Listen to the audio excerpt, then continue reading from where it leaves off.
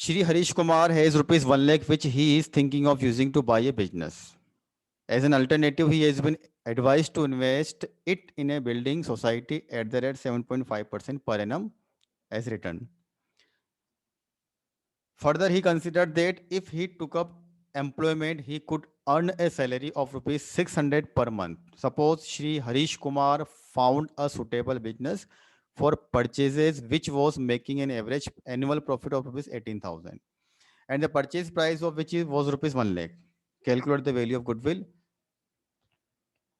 based on 3 years purchase of super profit. Question को हमने पढ़ा।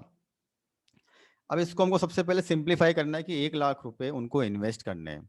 मिस्टर हरीश को 1 लाख रुपए इन्वेस्ट करने हैं। अब उनके पास एक और 2 ऑप्शन हैं। पहला ऑप्शन तो ये है कि वो एक बिजनेस स्टार्ट कर दें। दूसरा ऑप्शन ये है कि वो कहीं पर इन्वेस्ट कर दे और अगर वो मार्केट में इन्वेस्ट करते हैं किसी सोसाइटी के अंदर, ये एक मार्केट मान लो आप इसको, तो वहां पे 7.5% का उनको वो मिलेगा रिटर्न 1 साल में। ठीक है। एक और उनके पास अल्टरनेटिव है, ऑप्शन है उनके पास में। अगर वो कहीं पर जॉब करते हैं, मतलब एक तो इन्वेस्टमेंट के लिए उनके पास 1 लाख रुपए रखे हुए, वो अलग पॉइंट है। अगर वो कहीं पर जॉब करते हैं तो उनको 600 रुपए की सैलरी मिलेगी हर महीने। फाइनली क्या हुआ, उनको एक बिजनेस समझ में आया और उस बिजनेस को परचेस करने पर 1 लाख रुपए की उनको आवश्यकता है और 1 लाख रुपए उनके पास है जो वो इन्वेस्ट करना चाहते थे। मतलब फाइनली वो बिजनेस करना चाहते हैं। तो बिजनेस करने पर मतलब उनको 1 लाख रुपए इन्वेस्ट करने होंगे उस नए बिजनेस को परचेस करने में जो उनके पास है, जो वो इन्वेस्ट करना चाहते हैं। तो वो बिजनेस परचेस करने के लिए इच्छुक हैं। जो बिजनेस उन्होंने परचेस किया वो अभी एवरेज 18,000 का प्रॉफिट दे रहा है। कितने का? 18,000 का प्रॉफिट वो दे रहा है। ठीक है, ये इंफॉर्मेशन हमारे सामने है और सुपर प्रॉफिट हमको यहाँ पर कैलकुलेट करना है। तो सबसे पहले जैसा हम यहाँ पर स्टेप बाय स्टेप चलते हैं, सबसे पहले हमको फ्यूचर मेंटेनेबल प्रॉफिट को देखना होता है। क्योंकि सुपर प्रॉफिट निकालने के लिए हमको क्या चाहिए? एक्चुअल एवरेज प्रॉफिट, जिसका नाम क्या होता है? Future maintainable profit. उसमें से हम नॉर्मल प्रॉफिट को माइनस करते हैं, नॉर्मल प्रॉफिट। ठीक है, तो सबसे पहले हम कैलकुलेट करेंगे यहाँ पर एक्चुअल एवरेज प्रॉफिट। तो एक्चुअल एवरेज प्रॉफिट के लिए स्टेप नंबर 1 जैसा हम फॉलो करते हैं, जो प्रॉफिट हमको दिए हुए हैं 4 साल के 5 साल के, उसको एडजस्ट करना अगर कोई एबनॉर्मल नेचर का आइटम है तो। चूंकि यहाँ पर इसी को इन्फॉर्मेशन हमारे पास नहीं है, हमको 4 साल के प्रॉफिट भी यहाँ पर नहीं दे रखे हमको, तो 1 साल मतलब एवरेज प्रॉफिट इन्होंने खुद ने निकाल के दे दिया 18,000 रुपये। मतलब स्टेप नंबर 2 तक का काम तो इन्होंने हमको यहाँ पर कंप्लीट करके दे दिया। अब हमें लगाने स्टेप नंबर 3 जिसको हम बोलते हैं फ्यूचर मेंटेनेबल प्रॉफिट। ठीक है, अब यहां पर आपको एक पॉइंट समझना है ध्यान से। यदि हरीश कुमार इस बिजनेस को नहीं करते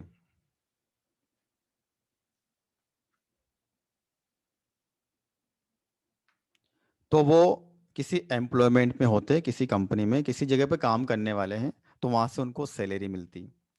अब इस बिजनेस को परचेज करने से उनको वो सैलरी नहीं मिल पाएगी। इसको बोलते हैं अल्टरनेटिव, मतलब अपॉर्चुनिटी कॉस्ट आप इसको बोल सकते हो, उनको नुकसान होने वाला है।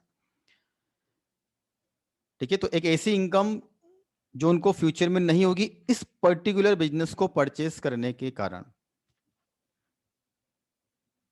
ठीक है, तो ये रिलेवेंट कॉस्टिंग है, ध्यान रखना। डिसीजन मेकिंग के लिए रिलेवेंट कॉस्टिंग देखनी पड़ती है और रिलेवेंट कॉस्टिंग में यहाँ पर इसको कंसिडर करना होता है कि इसको बोलते हैं अपॉर्चुनिटी कॉस्ट, कि बिजनेस करने के कारण उनको अब सैलरी नहीं मिलेगी। तो कितना नुकसान हो गया उनको? एक तरह से 7,200 रुपए का।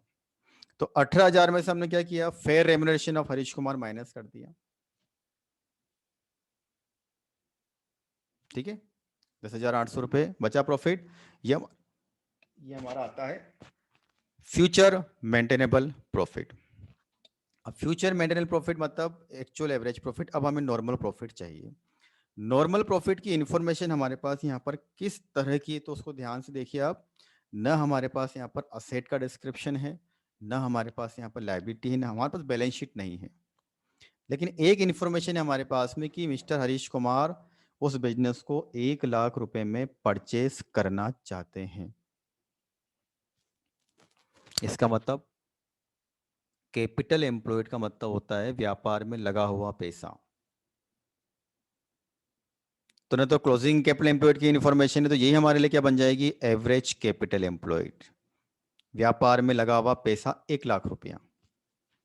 अब इसके ऊपर हमको एनआरआर अप्लाई करने, एनआरआर का मतलब होता है कि जो पैसा बिजनेस में इन्वेस्ट किया गया है उसके ऊपर सामान्यतया कितना रिटर्न मिल सकता है।